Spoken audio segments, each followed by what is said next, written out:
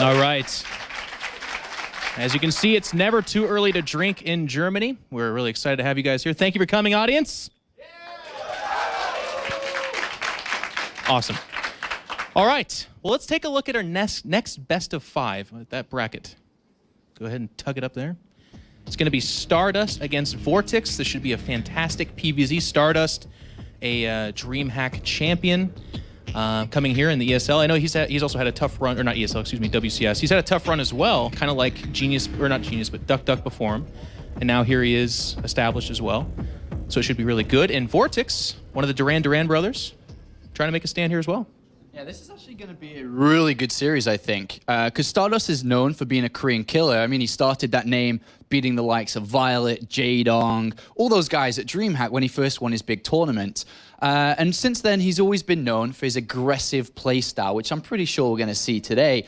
But VortiX, on the other hand, is pegged by a lot of other professional players in the European scene as a secret favorite to win the entire thing because he is really playing some of the best StarCraft we've ever seen from him. So like Grubby and I said before, this should be another really close series. We're looking forward to it. We put together a video to talk about each of these players. The first one up is StarDust. My name is Sunsoki. I'm from South America. What?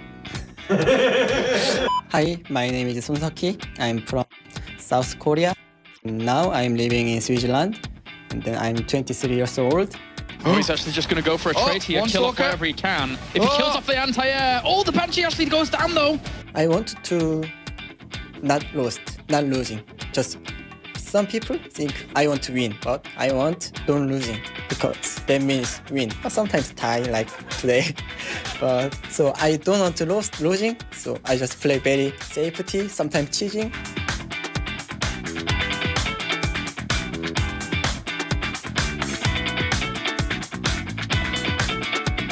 I have many things about the prize money, but most important thing is my family. So I want to using a lot of money for my family and then some money for my life. He's getting zealous on his third base now. There's going to be a couple of EMPs from the high ground here to maybe Savior something, but he doesn't even try. GG. StarDust turns it around. I want to say always very thank you, and then please keep cheering for all of the players, yeah, especially me. StarDust? Yeah, sure. That guy has a really special personality. He's a fantastic player to back it up. I'm happy that they showed so many of the games from his series against Happy. You guys commentated it, but that was one of the closest matches I think I've ever seen. That's the only tie that's ever happened in the World Championship Series, right? It was a remarkable game, but what a brilliant interview. I really like that one. He always does. I also host for DreamHack, and there's a couple times where it's really hard because sometimes you ask questions that are maybe a little bit awkward, maybe a little bit lame, and they just kind of go, and then they look at you and you're like, like you don't know what to say, but StarDust always has something really cool, funny, and oftentimes informative to say. So that was StarDust. His opponent is going to be a Spaniard. It's one of the brothers. It is VortiX. I'm Juan Moreno Duran, better known as VortiX, a StarCraft 2 player from Team Mouse Sports. I'm 20 years old and I play StarCraft. Well, Zealots don't want to be out there in the open, and they will absolutely get destroyed, hammered down. And here comes the army. 2 upgrades not even completed yet, but Ultralisk chewing away onto these armies. All the units that Protoss have are +3, but the sheer amount of units, the quality that they are going to be too good. And VortiX will pick up map #1 here against Baby Knight.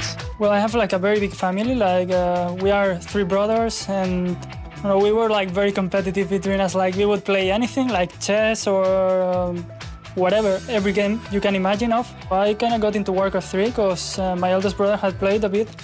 And I remembered when I was little, I watched some games and I thought, oh, it was a funny game. So yeah, when I quitted World of Warcraft, me and my brother Lucifer started playing Warcraft 3. And that's how I got into pro gaming. I started playing tournaments in Spain, and from there I started to go better and better. Oh, the puck is gone. That's bad. That's really bad. That Marauder falls very, very quickly, as do the Marines. There's really not that many units out here for Thorzen. VortiX, there you go. Yeah. GG. My brother was like 2 years older than me. And then when I was like, oh, I probably will never be as good as him, I was like, hey, I'm 2 years behind. So, it did never stop me. Actually, it was like a motivation to see that he was doing very good and I was like, I can do it too. The Baileys break the bunker, and VortiX is in. Really good control by VortiX. He pulled those back. There you go. GG. I'm a very impatient player. Like, I always try to attack all the time, and it's not that I don't feel confident in long games, but I don't know why I've always been impatient in my life, and I try to go for the kill all the time. So yeah, I think that's the biggest trait in my gameplay.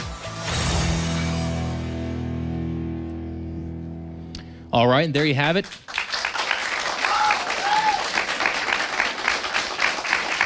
It's going to be StarDust versus VortiX. I'm going to start us off by putting you right on the line. You're a pretty smart guy. People think you're one of the smartest commentators, whatever that means, if you know what I mean.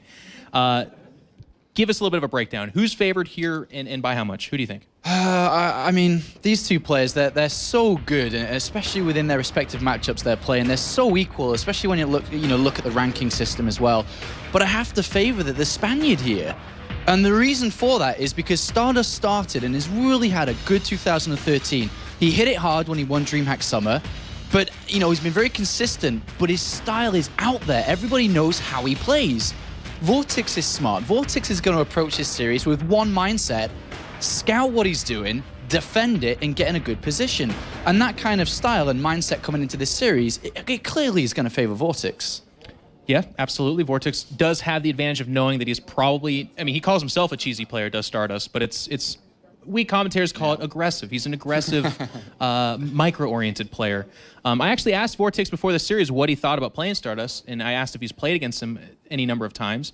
And he said that, of course, he's hit him a few times in the ladder, but one thing he's noticed about StarDust is that what StarDust does kind of outside of a tournament, what he does inside of a tournament, to your point, it's similar, but it usually has a little bit of a different flavor. So every time I see this guy, StarDust, enter into a tournament, I have to wonder, what does he have prepared? I mean, a lot of people are very quick. I know that Nerchio kind of was famous for saying to him, like, all you do is 8-gate, why do you even play?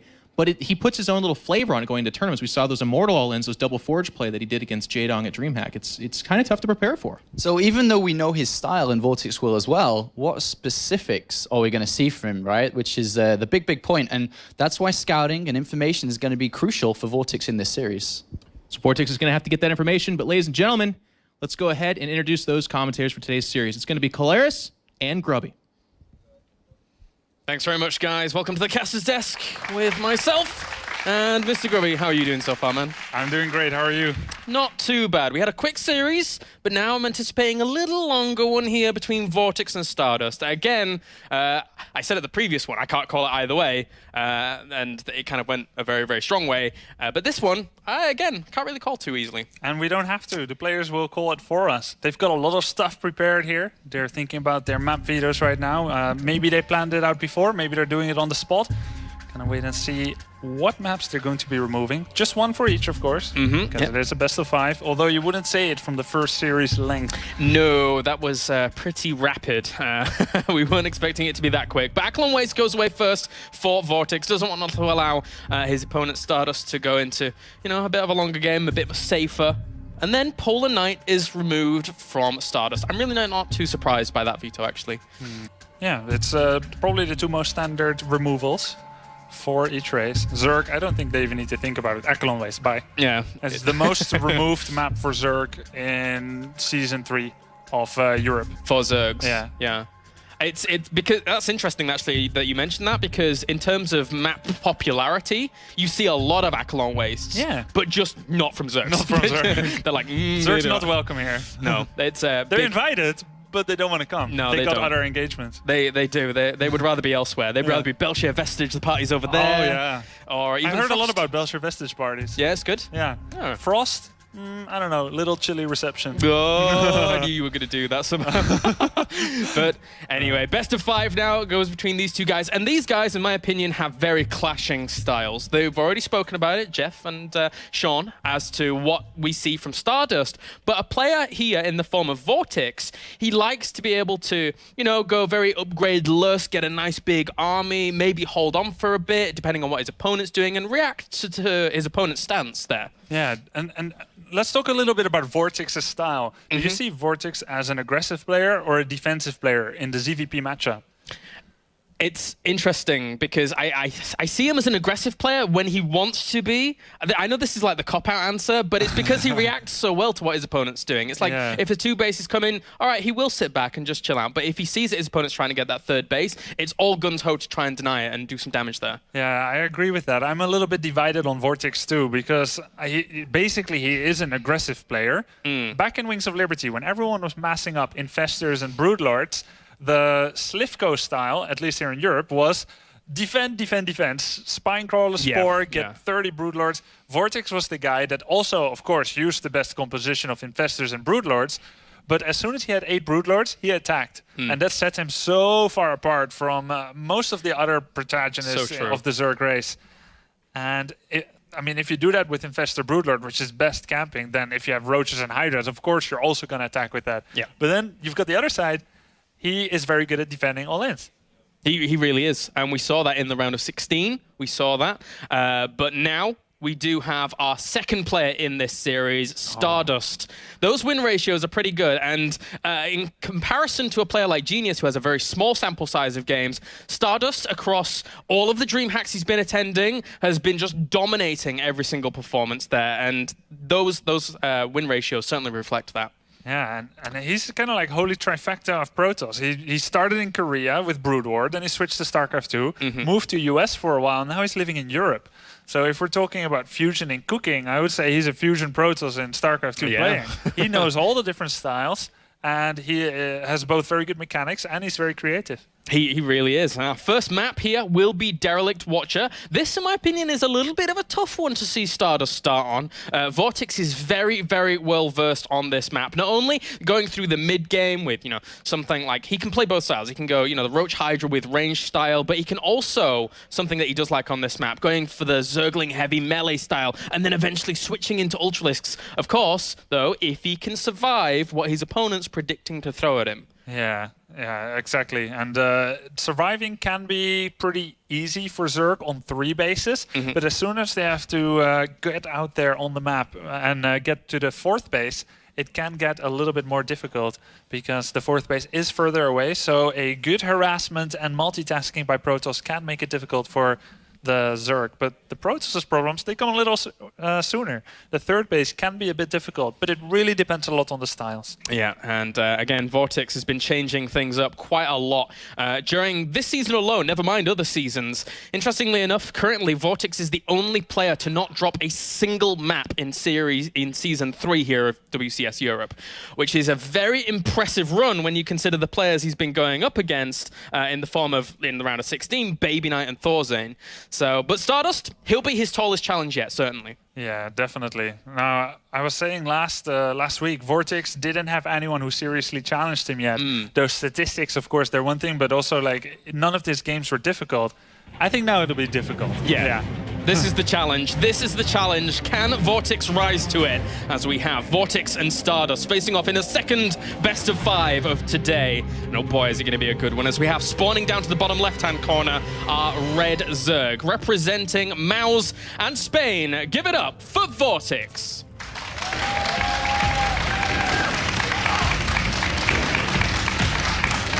And up to the top right-hand corner here are Blue Protoss, representing My Insanity as well as Korea. Give it up for StarDust.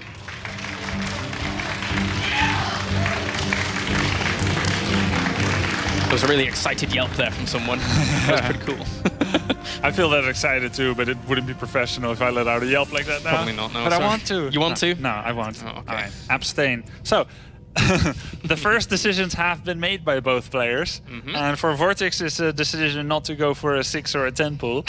And for StarDust, it's going to be very likely a gateway expansion.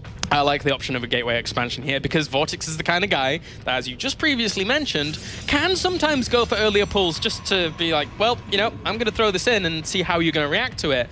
And if that were to occur, gateway opening, not too bad against that. Yeah. VortiX did do a little bit of that 10 pool, 10 gas build before, where you get very early speed upgrade for your Zerglings. It finishes just before the 5-minute mark, and you try to swarm the opponent with lots of Zerglings. But it's a risky build, and you don't generally want to start off with that in the first game, because everyone is still very awake They're very alert. People are going to be scouting. They're going to be, seeing what you're doing. They want to get a feel of what you're doing. So actually, StarDust is not scouting yet and not building anything at the ramp. So that could be a potent strategy against him this game. But how would VortiX have known? Yeah, indeed. StarDust is just playing his own little game in his own little corner of the world, having seen nothing from VortiX thus far. Meanwhile, VortiX, he's playing his own game as well, sending out that Overlord, which is obviously so normal, to see what eventually is going on, and he'll spot it in just a little bit and be fine.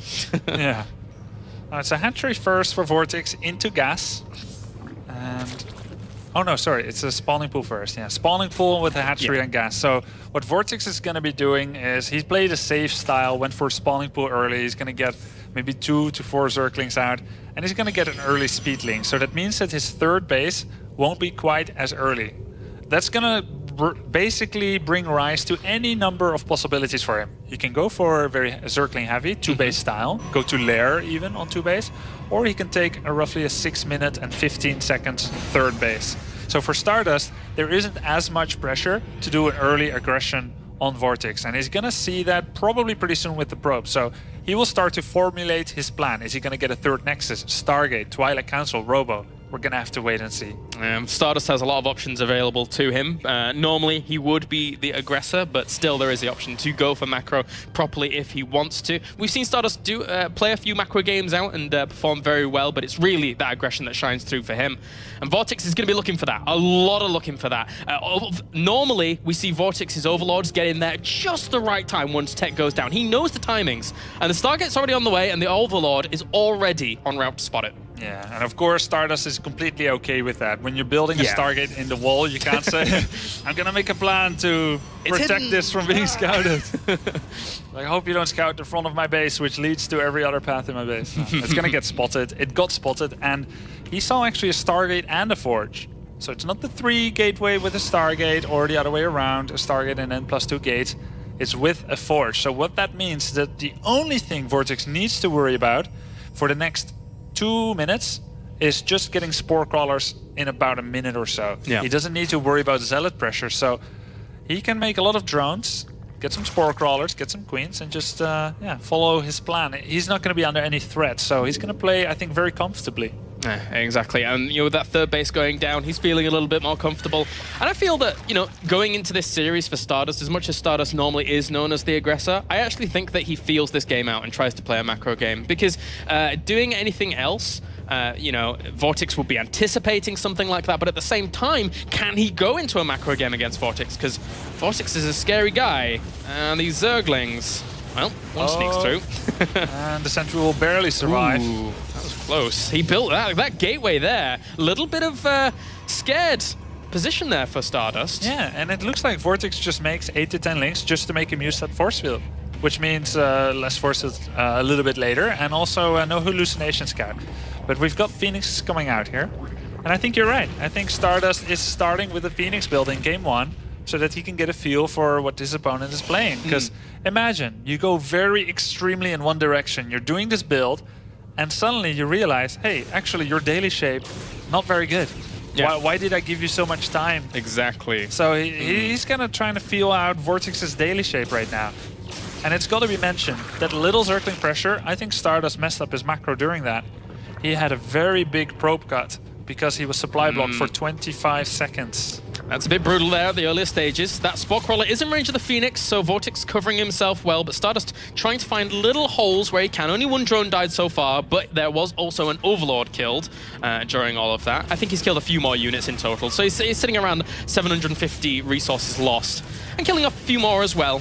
So StarDust not doing too badly with this, catching all those transferring drones. Huh? Really nice. Yeah, but I do have to think of legendary German player Mondragon. Comes from Brood War, played a bit of StarCraft 2. His counter sheet against Phoenixes: drones, hatcheries, queens, and roaches. Yeah. It's like just only drones and queens and hatches, and then eventually roaches. Even though they can't shoot up, it doesn't seem to make sense. But when you make enough stuff, you can afford to lose 10 drones. You just made 20 to 30 drones anyway. Big nostalgia hit, man. That was TSL from a long time ago. Good stuff. Anyway, 64 workers, 248 right now, with VortiX still in the lead, catching some more of those transferring workers, but can't really do too much. And now the unit production begins here for VortiX. And how well can StarDust deal with that second Stargate already going down here for him? Now, he's still making Phoenixes. He went up to 7 already, and he's made a second Stargate. He's not going to keep making double Stargate Phoenixes, right? I think he's going to switch to Void Rays. If he did keep making Phoenix, it would be very Munzik style. Oh, he wow. is going to. Wow. We've seen this in the... If he went for a third Stargate, then the alarm bells would certainly be ringing there, because this can actually hold up a lot. He's just continuing Phoenix production. Yep, and he has that the Twilight Council finish. So he's going to be adding either Archons or Charge or both. I'll be very surprised if he makes Blink. Blink's talking to Phoenixes. Wow, what are you doing, man? This is a little bit of a variation from what we saw in the past from Munzik, so I don't want to say that it's exactly the same. Myungsik went for a very fast 3 Nexus off of 1 gate and then added 3 Stargate. Yeah, there was that. And then, you know, with that, obviously there's the opportunity to pick up a lot of this. I mean, he's already doing quite a good job with these. Force fielding that out. Now these Roaches really can't do too much. He sees the second Stargate, though. He gets information about kind of what his opponent's doing. The Roaches are continuing to try and break through. And this is kind of like the Mondragon style of, like, you've got a lot of Phoenix, you don't have enough to pick anything up, and now my Roaches, you have no gateway units to kill this off. Oh my god, and he ran out of energy. Uh-oh. He can kill 1 Roach every 5 seconds, but that's about it. And I think there's a lot more than 1 Roach here. He has no energy. No energy left on these Phoenix. The Roaches are absolutely running amok. The Zealots are coming back to deal with this, and slowly he's picking these Roaches off, but they're doing so much damage in the process. Yeah, now they're starting to kill probes. Now the damage is starting to get significant, and he's gonna run in there. Meantime, he's saving up Hydralisk. He's making a nice creep path towards the middle of the map, and every probe kill is gonna be very, very important here. All of these Roaches are gonna die. But they're going to get so many probes. Exactly. So many probes. 13 have already gone down. The Zealots coming back to try and clean this up as well. But taking that big a hit to your economy when your opponent's on 73 drones against 42, that's big. Yeah, and Roaches are almost free when you have that many drones. Like, they are meant to die. You don't want to go into the late game 200 supply of Roaches. You want to use them for something. And it's okay to have them not be cost efficient purely by cost, because you have a better income. And VortiX might end up just going full out balls to the wall Hydras. So he's going to mix some Zerglings in as well here against these Zealots. Did they get +1 in the end? Let's see, his upgrades. They did, yeah. So there is that out for StarDust. But this follow-up attack, how do you deal with this with Phoenix? Sure, against Hydras in small numbers, these Phoenix would be great.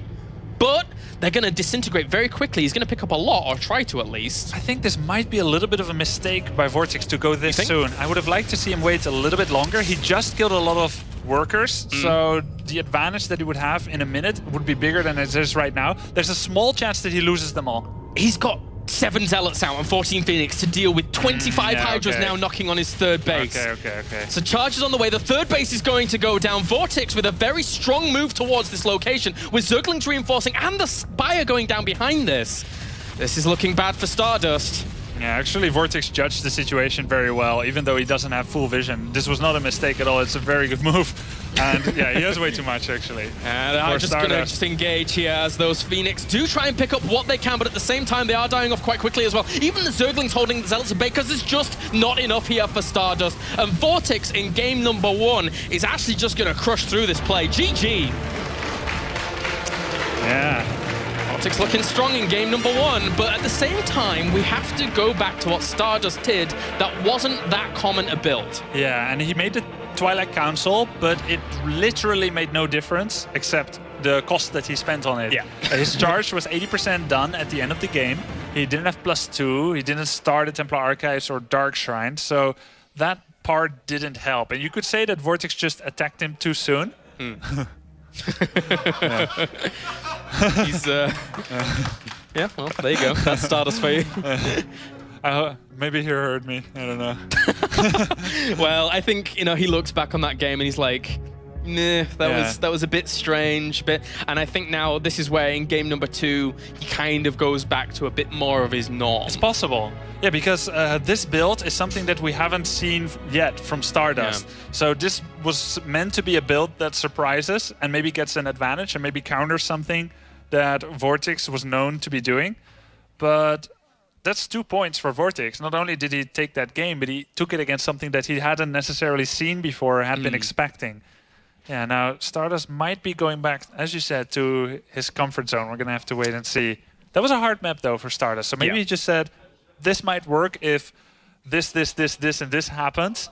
But now that it hasn't, that's okay. I got my second map coming up. Yeah, it's like you feel that you're at a disadvantage on the map. Instead of going for what would be your standard aggression, you try something a little bit wacky, a little bit out of the norm. Take the risk and see if it works. Do you remember, well, I think everyone remembers, like, there's this player in StarCraft 2 called Parting. Oh yeah, that guy. Maybe some people know him. He had this build, I guess he still has it. In Immortal, and you make 3 sentries, 3 Immortals, about 8 to 12 sentries, and you just attack the Zerg at around the 10-minute mark. And he was doing it so well that he was winning game after game after game with it in Wings of Liberty, and as well in the current expansion set, Heart of the Swarm. And he had like an immaculate record with it. Now you could imagine that if you were to play it on a map where it's not good, that he doesn't do it. He didn't do it all the time. No. Almost, but you could imagine that you would like to keep a 100% win rate, never play it in unfavorable conditions, so that the opponent builds up the strategy in their head. They can really say, this strategy never lost. They've never seen any evidence to the contrary.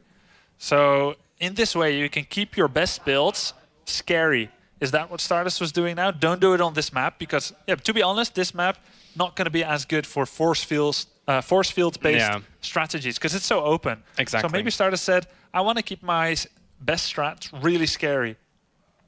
And those best strats could certainly come to play here on Yonsu, a map where there is a lot of room for someone like StarDust to be aggressive. Very narrow paths, a lot of places to actually force field off. The third base, if you attack from the low ground, isn't necessarily the easiest thing to break as a Protoss, but if you attack from the high ground, you do have certain opportunities to actually pressure through with good force field placement if StarDust wants to do something like that.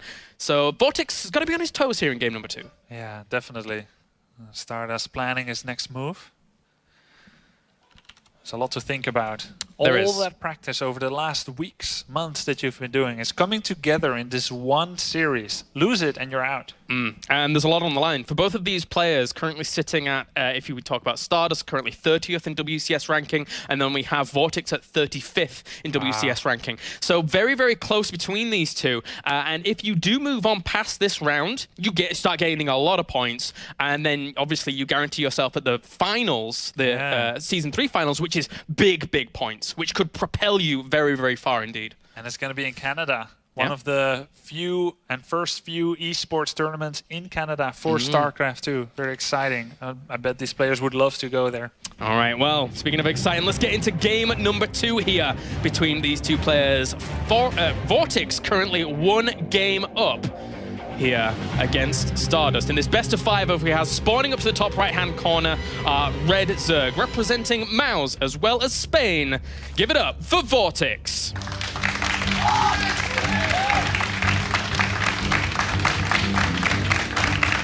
Down to the bottom left-hand corner, our blue Protoss, representing My Insanity as well as Korea. Give it up for MYI StarDust.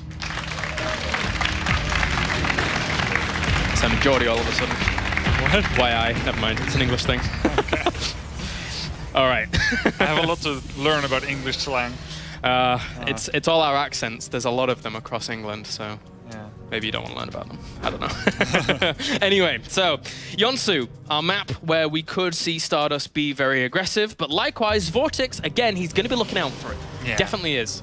Now, interestingly, StarDust, a lot of his builds that made him win that DreamHack that he did, they were revolving around Forge Fast Expand. Yes. So either a Nexus and then a Forge, or a Forge and then a Nexus. He comes into this with a whole new methodology. So it could be that he's trying to make VortiX uncomfortable. But of course, as a Zerg player who plays a lot of ladder, as VortiX does, he's going to meet any number of Gateway expansion builds and Forge Fast expansion builds. So if he didn't over-concentrate on what he thought, StarDust is going to do this one thing and this one thing only, then he's going to be quite alright. And so far, he looks quite alright. And Control looking more handsome than a version Leonardo DiCaprio. He's certainly rocking it and today. And more buff. Yeah, more buff as well. Yeah. That's a scary thought, actually. In Control, he's a big fella. He's In Control doing DiCaprio. All right. In Control DiCaprio. Leonardo In Control. Okay. Anyway. He's gonna kill us later. Leonardo would never do that. Oh no, he wouldn't. He's a tame fella. Anyway, third base going down before spawning pool. Oh, VortiX. Oh, you VortiX. Oh, hello. A little bit of drone mess up there. That can really get into your head sometimes. Yes, it can. It's like, oh no, this is one of those games where my control isn't perfect. I just send all my drones to one patch. It sucks. It's really annoying. Yeah, just try to shrug it off. Anyway, VortiX did this in game 2 against Wellmu, I want to say. I think so. Yeah, in game 1 he did normal build, pool hatch on Belcher Vestige. And then the second map on Derelict Watcher, he went triple hatch before pool, which VortiX doesn't do. No, VortiX, you don't do this build, but you're doing it again. And you know what's interesting about this is that VortiX, once he establishes himself on these 3 bases, if StarDust doesn't put on some early pressure for whatever reason, normally VortiX sits at a very, very strong economy once something like, for example, a 2-base play would come along from a player like StarDust. So it gives him a strong, strong wealth of shutting something like that down, and I think VortiX has actually played this out quite smartly. Also, the way that he doesn't do it in the first map, so that once again, the opponent doesn't know, are you that kind of guy who takes really illicit advantages, and then, but I can't do anything against it, so I guess it is legit.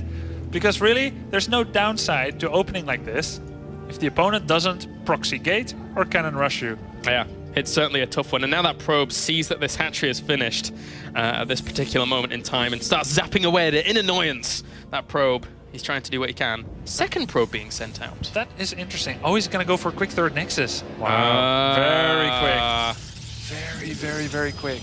This is a new reaction from Protoss players across the board. But the Overlord's going to see it very quickly. It's maybe it's okay. I don't know if it's going to be okay. This is going to be difficult because if speed finishes and he just makes a big round of Zerglings now, surely couldn't he just kind of attack it? I think so. And there's no Forge. Yeah. There we go with the Forge. It's going to finish in 45 seconds. And there's 8 Zerglings in production already here. StarDust, he could have a little bit of problems on his hands if he's not careful. 12 Zerglings. This is a big push here from VortiX to say, you're not going to get away with that. Yeah.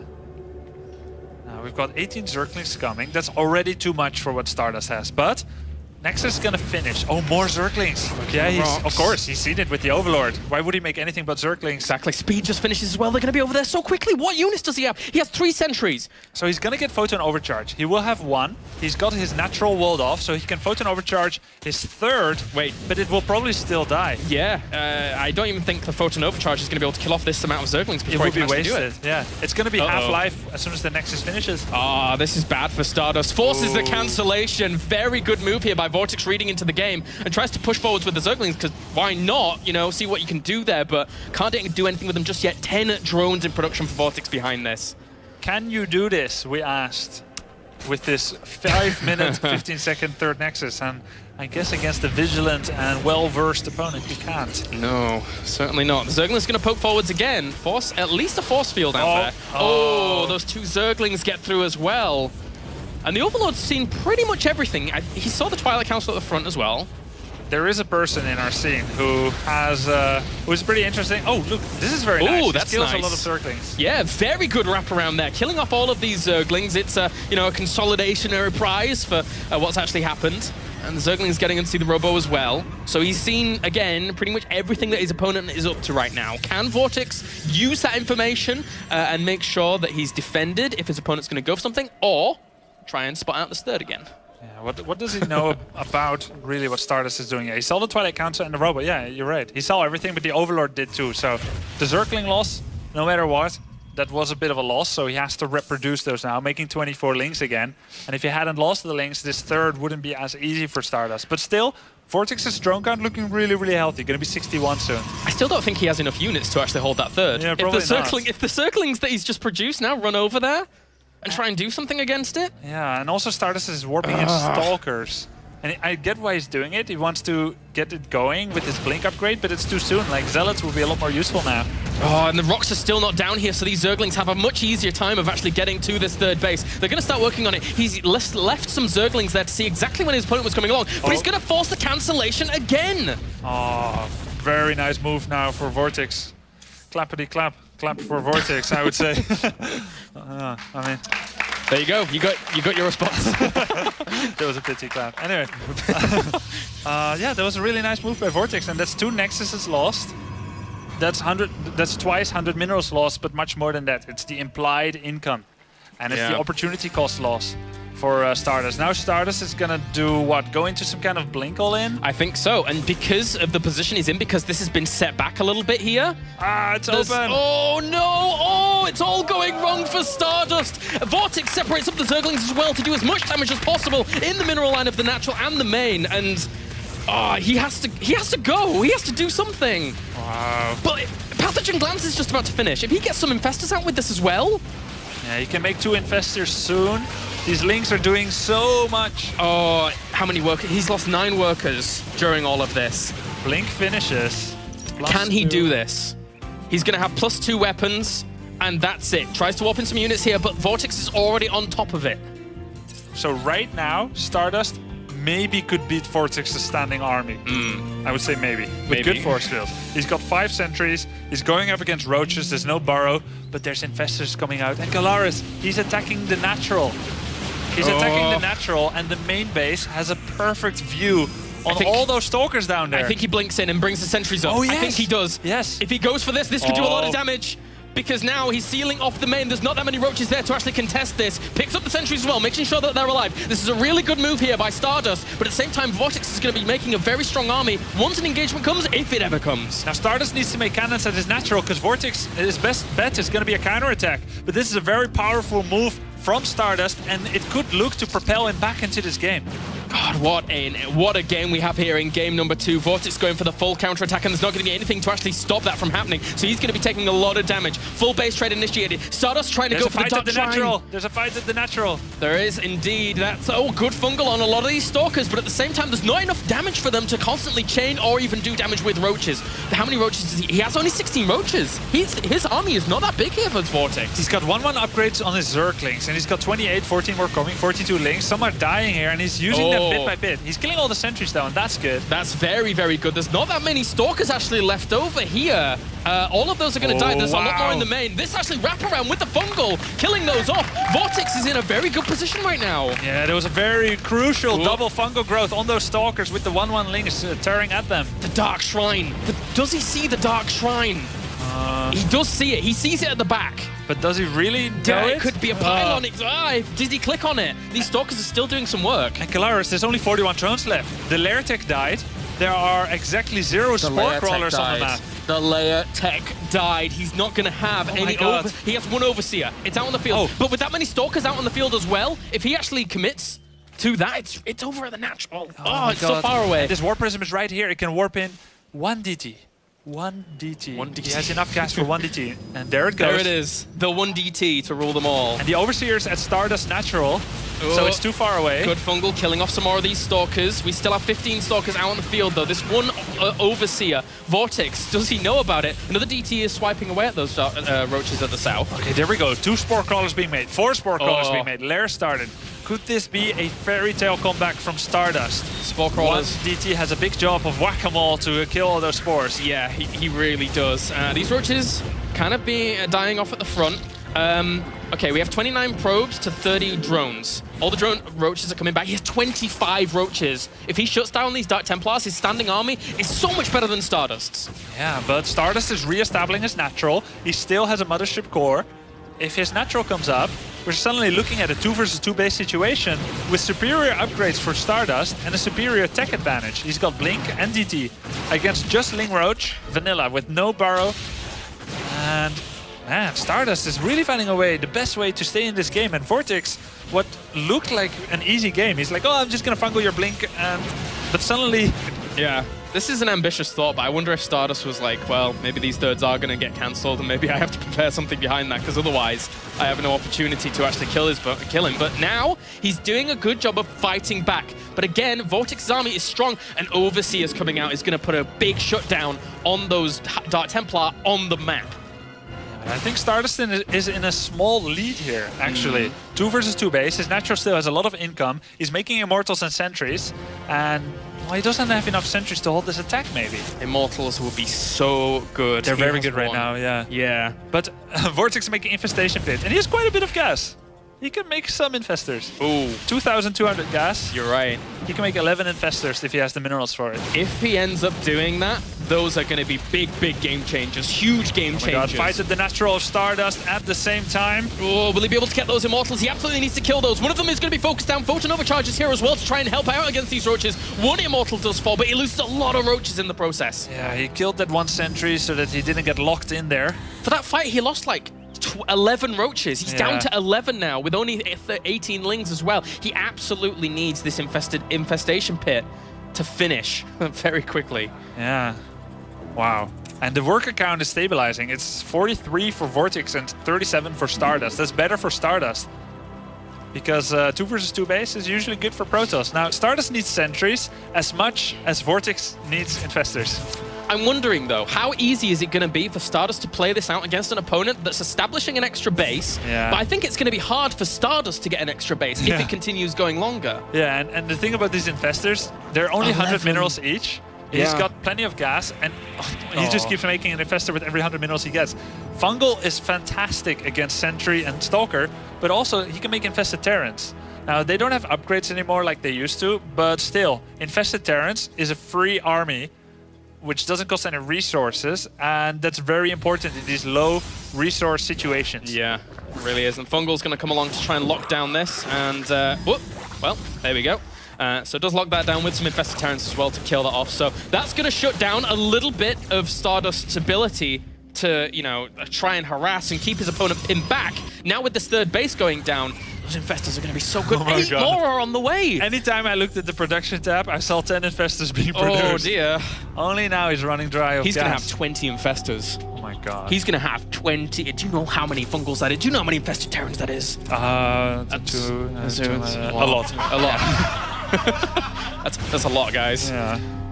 Well, he's going to kill the rocks. That's going to be his defense for now. But those will dissipate very, very quickly as he's setting himself up to go up the ramp at the natural. Wobble, wobble, wobble, wobble. Infestors coming in.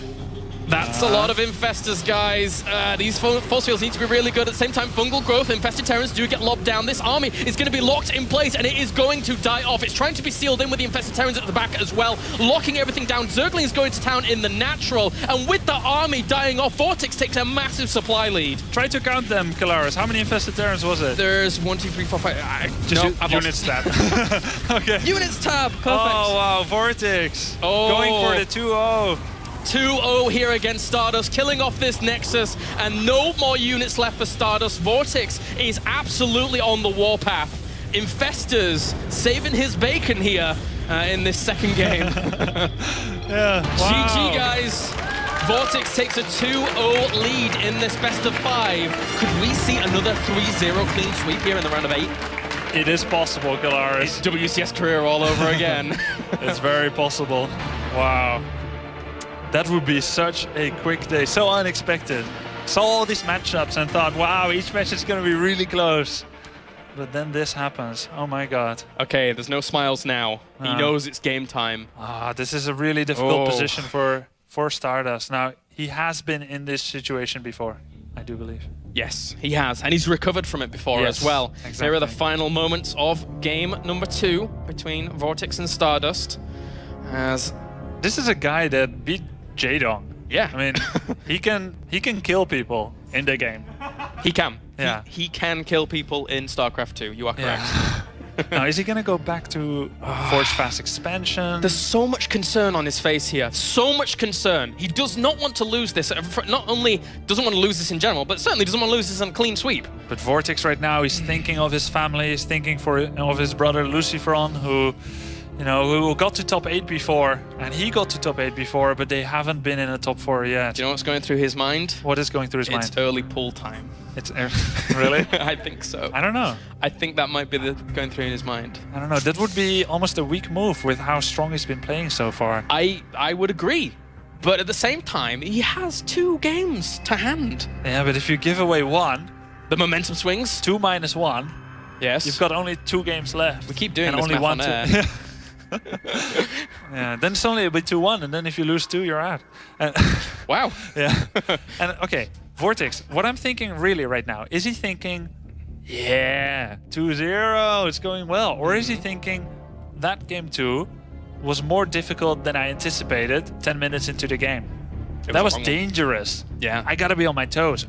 How is his mentality 2-0, that you've got the most crucial mentality things happening.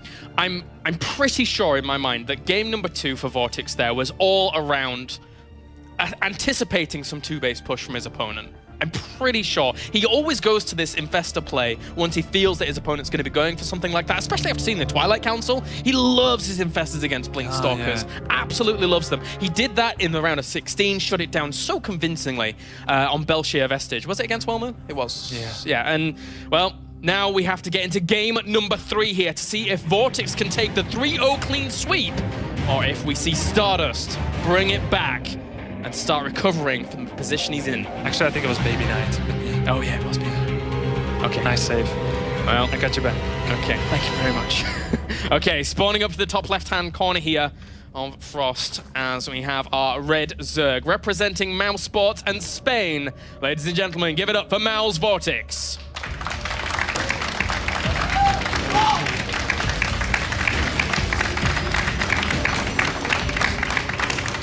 And spawning down to the bottom right-hand corner are blue Protoss, representing My Insanity as well as Korea. Give it up for StarDust.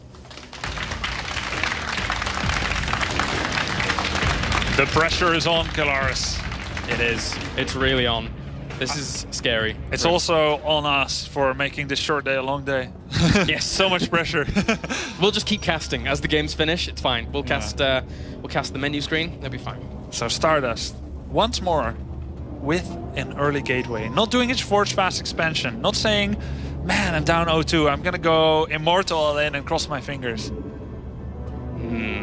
What does he have planned this game? Is he going to be more aggressive? We've seen Stargate opening in game 1. A very low aggression opening. Like, I'm going to sit back, do a little bit of poking with Phoenixes, kill some drones, but it's really not a heavy hitting type of thing. Not what we're used to from StarDust, who before the 12-minute mark always attacks really, really hard. Yeah. In all of his games where he has been performing really successfully in tournaments. I'm trying to wrap my mind around what StarDust is going to do here in game number 3. He's so up against the wall, so up against it. And for a DreamHack champion, a constant DreamHack high finisher, every single DreamHack he attends, to come into WCS Europe in the round of 8, having tried so hard to qualify for this tournament, and go down 2 games in a best of 5. Nerve-wracking. Now, So much. VortiX is a player who has traditionally performed very well in WCS events. Specifically WCS, I don't mean the satellite events. He hasn't gone to necessarily that many of those. 2012, WCS started. Blizzard announced it, and a lot of prize money was being injected in the scene, and WCS Europe, as we know now, was a great success in that year, and VortiX got 2nd place, finishing behind Stefano. Since that time, I don't think he got a lot of very high top finishes. He got, I think he got a 2nd place at IEM. VortiX, you mean? Yeah. Or 3rd place. I think he got a 2nd place at the IEM in Germany at the CeBIT or the Gamescom. But Cologne. Yeah. I think that was still in Wings of Liberty, but in Yeah. Heart of the Swarm, he has gotten a top 8 at WCS last season. yes. So for him to go into top 4 here and go to Canada would be legendary. It would be huge for him. And his form right now, I mean, look what he's doing. He hasn't dropped a map all season yet. He has not dropped a single map. Yeah. So he's currently sits at like 10 map wins or something crazy, and Yeah, 10 map wins this season. yeah, Very impressive. against 0 losses. Now, StarDust. All eyes are going to be on him. Because VortiX, he'll do his thing. If you don't attack him, he'll make drones. If you attack him, he'll make roaches and lynx. I agree with you, Gwyn Blythe, SC2. Well, I don't agree with that. I'm not a PvZ fan. I'm a big PvZ fan. But that game was just amazing, yes. All right, StarDust changing things up. He's going for 4-gate pressure. How much of this does VortiX know about? Right now, not a whole lot. He's sending in his overlords, but they're going to be a little bit later to actually spot this. Oh my god, is he going outside the... This is very important to stay outside the vision. Very. VortiX is relying on Overlord scouting. He didn't make 3rd and 4th Zergling, and his Overlord arrives late. Oh, he went through the vision. He This knows. is crucial time for VortiX to prepare for this. Zerglings are already on one way. Spinecrawler goes down at this third base as well. VortiX has an opportunity here to hold this off. Dude, I can feel this series like in the pit of my stomach. I'm so invested in it. One Spinecrawler coming, Zergling's coming. The first gas is coming earlier than usual, a little bit earlier. This is a really close forward pile, and he absolutely needs a lot of Zerglings out. He doesn't have Zergling speed, right? No. The whole time he has not had the gas to go for Zergling speed. Now gases are going down, but this is kind of late. The Roach Horn goes down as well, but this isn't going to be in time to deal with this. I think this is going to be really powerful for StarDust. He's got 5 Zealots on the field, soon 4 more, and VortiX doesn't have Roaches or speed. So he has to make a lot of slow links, which against Time Warp aren't going to be very good. They really aren't here. Whoa, actually Wow. great time warp there, sealing off these queens. They would be very useful against this army if they were able to stay alive, but, well, one does get out there with the help of those Zerglings, but that's so many Zealots doing damage, almost killing off the Spinecrawler. No transfuses available, it goes down so fast.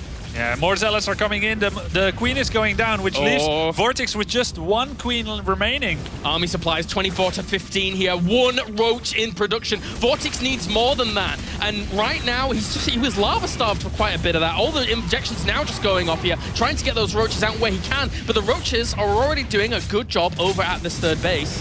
There goes the last Queen Zealots. that VortiX has. No more Queens left, and he's got 12 larvae right now. All the injects came. These 12 larvae are gonna have to do it for him. Can he make enough Roaches to defend here? I don't know. There's a lot of Stalkers, there's another Time Warp, there's a lot of Zealots. He needs to get all those Roaches together as well. He loses 2 in the attempt to get them all together. And I think he will end up holding his natural, but the third base is completely forfeit. There's no way. Yeah, well said. That one is going to die, and it's important to be said here. StarDust actually has more workers than VortiX right now. He has 35 probes against 32 drones. Equal bases. Bigger standing army for StarDust. Double what VortiX has. Is there anything that is going in the advantage of VortiX? I don't think so. Not this game. No, he's even supply blocked here, which is going to force a lot of Roaches to not be made for a long time. He's got 2 more on the way, yes, but he's still waiting for those 2 Overlords to finish. Good time warp here, but a nice attempt at trying to skirt around it with those Roaches, knowing they certainly just couldn't have retreated directly. Now those Roaches need to stay on creep. They are better micro potential on creep. Another Overlord goes down. Only now Speedling is starting. VortiX overstretched himself, going for 3 hatcheries without any idea of what the opponent is doing, and paid the price for it. 4 gate against no gas. 3 hatch is very strong. And a very good follow-up here by StarDust as well, going for the Stargate. And, you know, even if he mixes just in Void Rays from this point on, he knows his opponent's his opponent's economy is crippled. Yeah. Very, very crippled at this point. So affording any transition out of this, even if the Stalkers don't do the job, he has great follow-ups behind it. Yeah, I mean, those Void Rays or even Phoenixes can give him a lot of map control. Very nice micro there with the Stalkers, not losing that many. Actually not losing any yet in that particular case. There goes down 1, but he's getting a lot of Roaches in exchange. And there you go, GG guys. Yeah. StarDust is able to take the first map in this series and the first victory of VortiX in WCS Season 3. So that's the comeback start for StarDust. That is the start of it. That's the start of it. 1-2. Taking a short break to rally himself, getting a little bit of important self-confidence here. And VortiX looking at defeat the first time in his whole Season 3 WCS Europe run. Can he handle it? Will he play a little bit safer in the next game?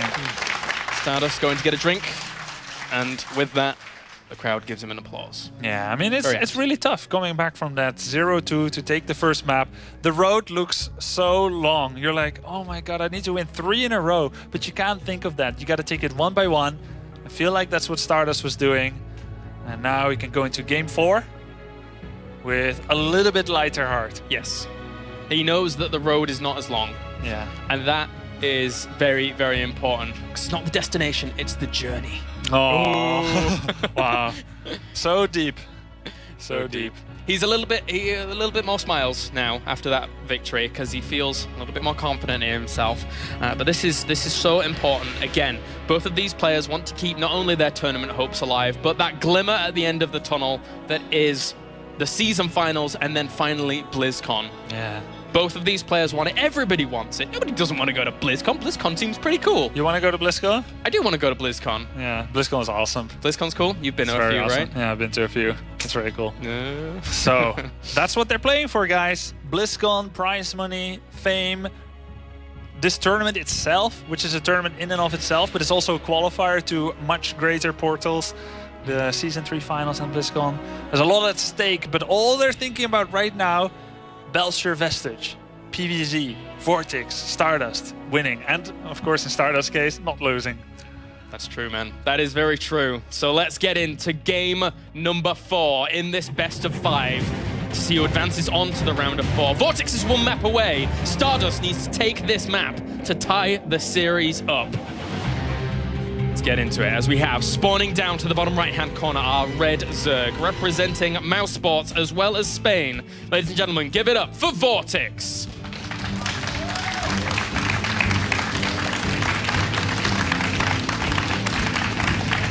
And spawning up to the top left-hand corner are Blue Protoss, representing My Insanity, Korea, and Switzerland to a smaller extent. Give it up for StarDust.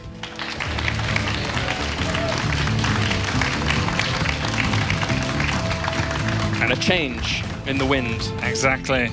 Tell me about it, Kalaris. Hit me. It's going to be that Forge Fast expand. Or, he could go for a Nexus first. Yeah, but it's the same thing. Like, yeah. It's inherent. Like, either you make the Forge or Nexus first, but yeah, it's a Forge Fast expand. So, first time in this series that he's doing this. How do you feel about this? To throw it in now, you think? I think it's smart. Yeah? Yeah, I mean, he dragged out a win, but he knows that game 3 was like a good build order advantage for him. He didn't scout, so we cannot call it a reaction. We can call it a mind game, but even then, you can still be wrong about what your opponent is going to do. You can have a really good idea, but it can be wrong. So you could still say he had some luck in the way that worked out, but it's luck that he had control over himself to a degree. Not full control, but he made it happen is what I'm trying to say. I'm not saying he was lucky, but he had some luck. It worked out well, but he knows it wasn't like about the way that he force fielded or the transitions he did. None of that came into play. It was like a good build for the situation. It was well done, but it was just maybe a one-time thing. He can't do that now again because VortiX is going to be playing safer. Now, StarDust went for a very risky, greedy, no scout, Nexus first into Forge. And it's going to work out really well for him because VortiX is doing the very safest build possible with the spawning pool into a hatch. So if all things go normally, and VortiX doesn't throw out a quick curveball and tries to attack and do a Roach or Ling or Baneling all in, then StarDust is heading into the mid game with a slight economical advantage. And what lends itself really well to that is maybe doing some of that Immortal play or Quick Third play that he has been playing. Yeah, and you know, when we saw him playing at DreamHacks and utilizing that Forge play with that 2-1 upgrades, it times out so well against what Zergs were doing previously. Now, we haven't seen too much of that style against a player like VortiX. Against a player that doesn't really go for too many upgrades, focuses a lot on units through that mid-game. And I'm curious to see how this is going to play up against one another, actually. I actually kind of played it against VortiX. You did? Last season. Oh. The first map that I lost against VortiX in the round of 8, the only map that I lost against him was where I tried to do StarDust style. And of course, I can't do it as well as StarDust. So don't put any conclusions on that. Yeah. But it was on Whirlwind, and I did double Forge, and I attacked, and I couldn't really do much because VortiX scouts well and makes a lot of army. Yeah. Now, VortiX isn't upgrade heavy. We've seen that in his game so far this series. So how does that fare against each other? Very heavy focus on upgrades from StarDust against no upgrades from VortiX. It means that VortiX will have more stuff, but StarDust makes a lot of sentries. So if he force fields well and can keep away the large part of VortX's army, it could work out very well for him. Surviving on 3 base with that would give him a tremendous mid-game advantage and would make any push extremely successful. Cheeky little probe manages to sneak out there as that Zealot did push away that Zergling, but there's going to be another Zergling to intercept. Oh, so good about actually keeping an eye on that. Very nice circling positioning, agree there. Now, we see the Robo coming up at 5:30. That's normal StarDust style. That looks like he might be doing his double Forge into 3rd play. And he always does this too. The Zealot and Probe Scout just confirm that there really is a 3rd. Yeah. Having a look around, seeing what he can find. Double gas is going down for VortiX behind this. And, well, with that, he can start getting his speed out or even more transitions on. The Overlord already sees the double gas. Gives him a bit of an indication as to what's going on. He knows it's probably not some mass gateway only exclusive. Yeah. But aside from that, he's going to spot other things, or try to. Yeah. So Actually, I don't think he's... Oh, it will get there. yeah, he's making a War Prism. This isn't going to be that double forge third play. He's making gateways and a War Prism. All right. So I think we might see Kalaris, some sentries in a War Prism, do some token harassment, not too serious, not too committed, and then just make Immortals at home and do a 10-30 Immortal push out. So it's a two-phase attack. You try to block the ramp in the main, do some damage, Yep, then yep. you fly home with the Prism, you rejoin with your Immortals, and you do an all-in. You rejoin, rejoice, and then try for the... Rejoin, rejoice. Yeah. Try for the second attack. Well, the Zergling's on the way in production here. The Warp Prism, he knows that Get in there. he knows that particular area wasn't spotted for a second, but now he's going to fly straight through an Overlord, which is a little bit of a later indication here for VortiX, but he could bring units back. So, Mothership Core coming out, Observer coming out, and nice reaction from VortiX. Units under the Prism cannot deploy, and there comes an Immortal. And there is extra probes now. He's making extra probes. Is he macroing behind this? Now, there was one Observer already on the way here for StarDust, and, well, I'm under the impression he will change his rally point, and actually warping into the Zealots on the low ground here whilst trying to block in some of those units. All the drones come off the line, realizing this is a bit of a scary position with the army trapped there, but now that's enough of a cleanup here for VortiX. How many workers did he lose? 7. Ooh, that's quite good. That's quite a bit. Yeah. That was worth it for StarDust. Now, he stopped at 48 probes. He's making 4 sentries and an Immortal. So I expect to see him adding gateways right now. There we go, 3 gateways. Maybe adding a 4th? Not right now. So he's going up to 7 with Immortals, with 48 probes, and I don't think he's going to be taking a 3rd. VortiX is normally pretty good at holding this off. Yes, exactly. It's his strength, really. Yeah. There's 63 drones out, so he still has a pretty good economy, but he did have to replenish a few drones in turn. That's 7 less roaches that might be out, or just a few more Zerglings that might be out here. Exactly, and he's got to worry about this Prism. Does he know exactly what's going to happen? It looks like he does. He's not droning, he's not teching. But this Prism is annoying to him. Well, there's been a Zergling on that third base for the longest of times. So unless StarDust is taking the left side third. Which is unlikely. So VortiX knows what's happening. He does. Supply blocked. 5 pylons go down to try and get him out of that supply block. VortiX is supply blocked. Both. And he has 5 Overlords coming out. Yeah, those need to come out as well here. The armor does start here for StarDust, so there is an attempt at a transition out of this, but it's going to be very difficult. That's a lot of sentries, though. That is a lot of sentries. VortiX is going to try and surround this and force out as many of these force fields as he possibly can do. All of those roaches are sealed in with these sentries. He's losing quite a few of them. Roaches coming from the back as well. Force fields go down.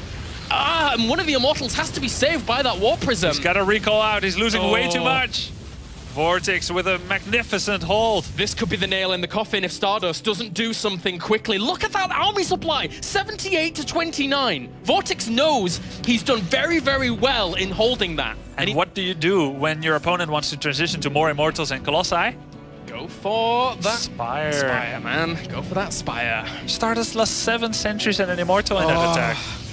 Resources lost is more for StarDust than it is for VortiX. Oh my god. When you go for that kind of attack, you do not expect that kind of thing to happen. He's going to focus down that forge. +1 armor will not finish, and this might just be it for StarDust. His run in WCS might be over as those Zerglings continue to plow on forwards with those roaches as well. There's no army left for StarDust. He pulls the probes knowing he's in a lot of trouble. Roaches, they're coming in, they're taking down everything. Sentry's going down, the last Immortal defending. He was the best weapon against the roaches, but their kryptonite is gone. Only sentries left tickling those roaches, and all of this army is sacrificial for VortiX. He's just killing as much as he can, and it's looking like it's way enough. And that, as much as cleaning up all of the roaches has happened, there's still a lot more roaches on the way, with 17 workers have died off. So now, if StarDust wants to pull this back, it's going to be a massive uphill struggle against 69 workers to 33. Oh, 69 workers, and the Spire's already finished. We could see 8 Mutalisks coming out very, very soon from now. And how do you do a Phoenix transition against Mutalisks with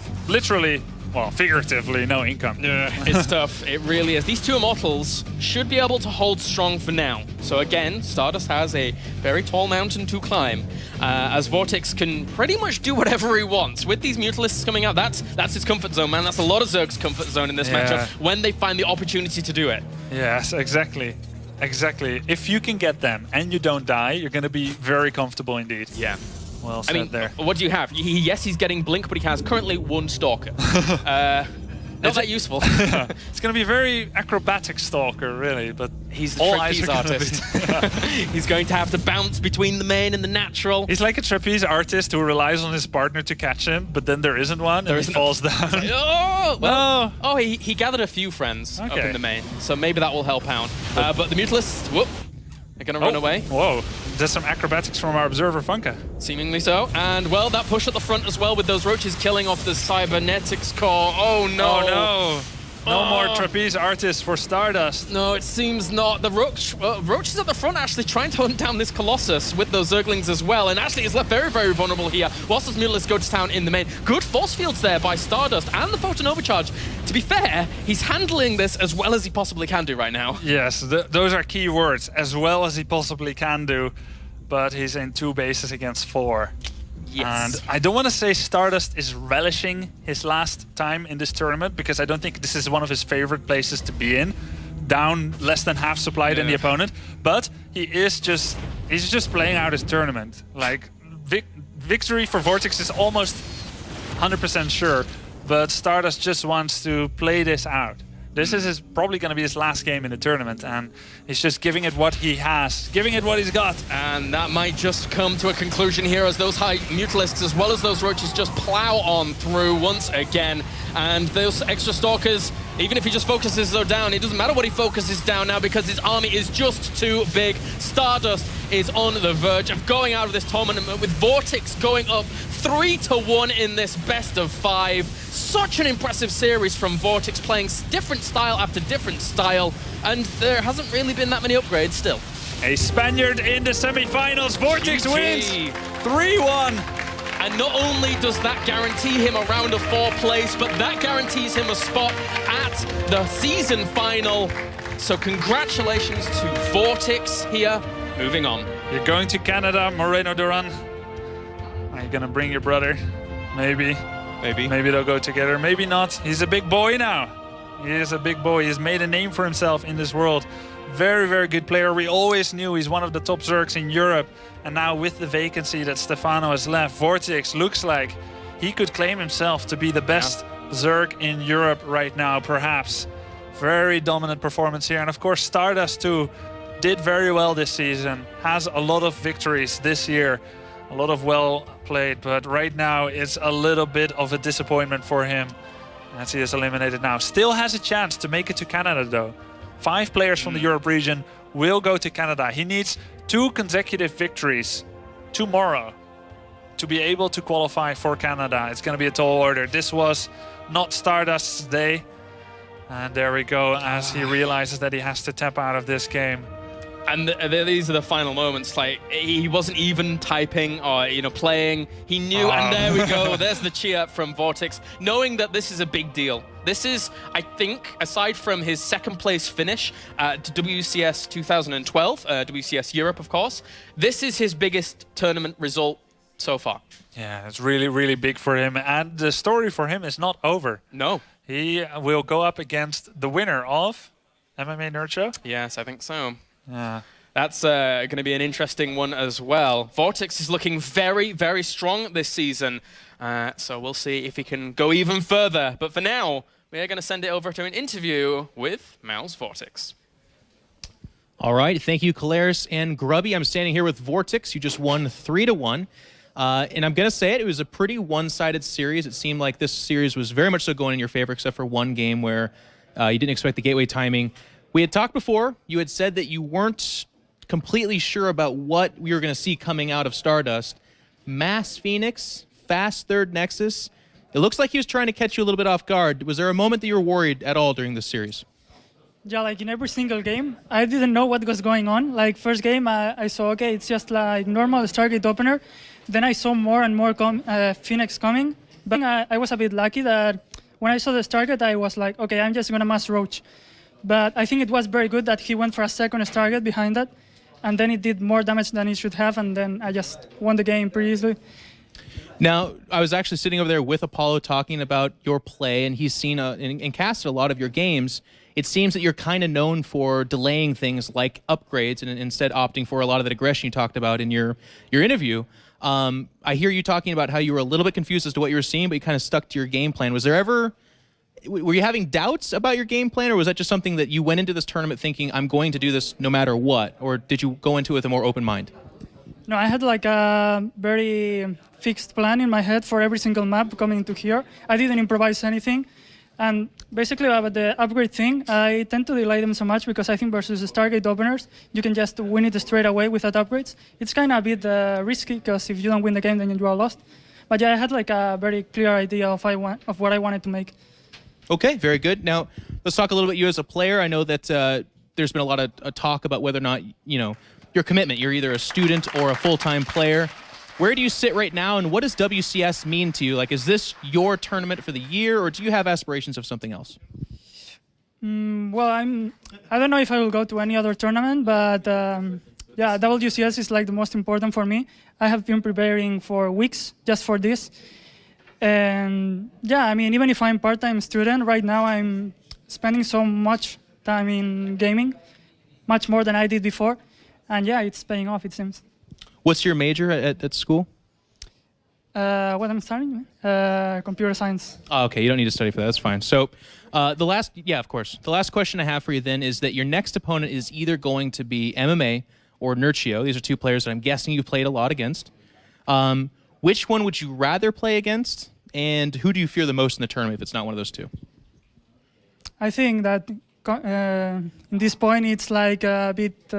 I think it's stupid to say, I want this player or I want another one. I think everyone here has proven to be really, really good. And sometimes you think you are going to do better versus a player, and then suddenly the one you thought you would win just upsets you.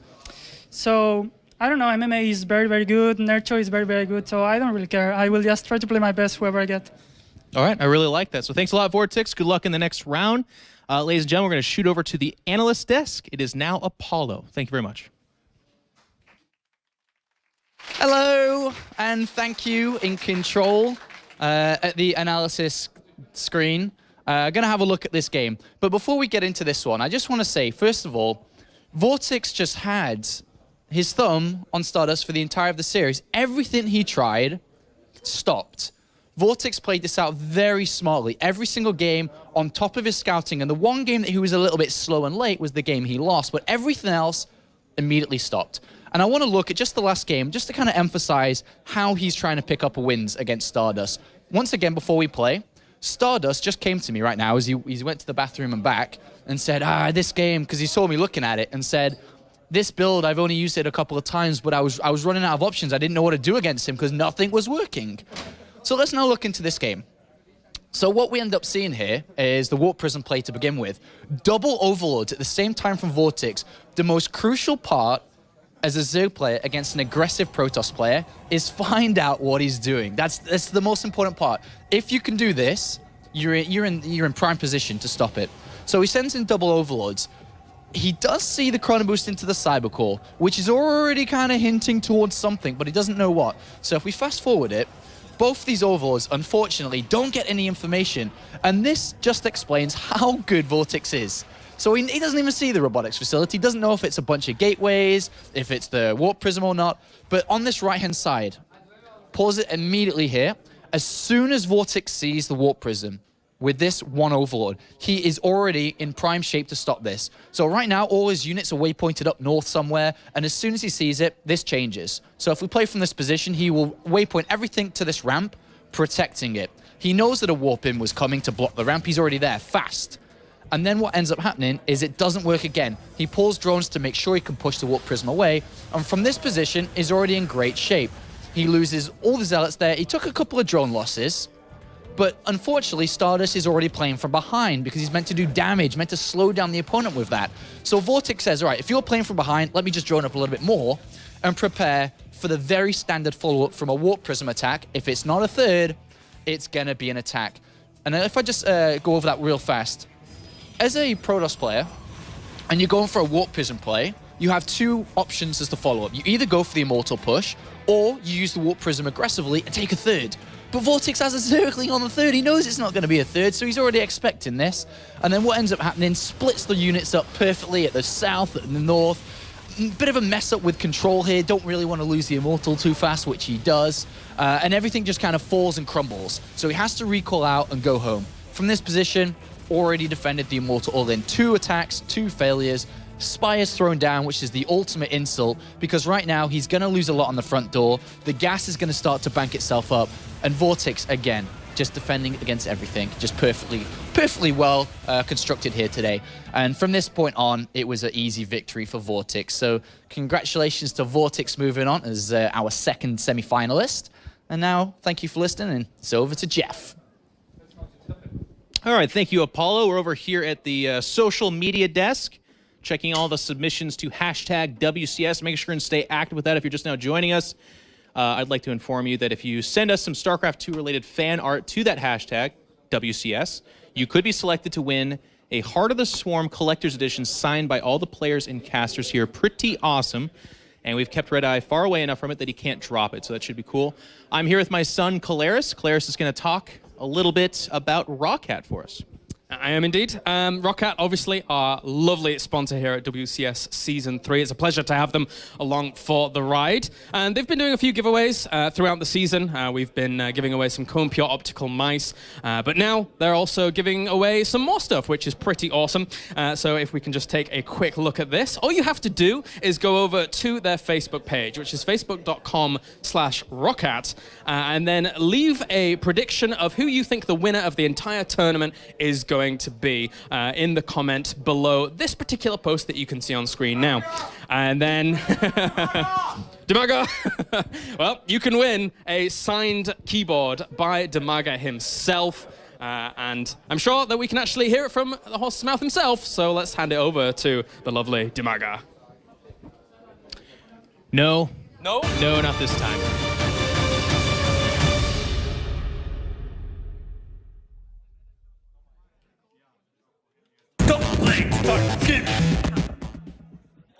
I want to show you my mouse, Rocket Cone Pure Optical.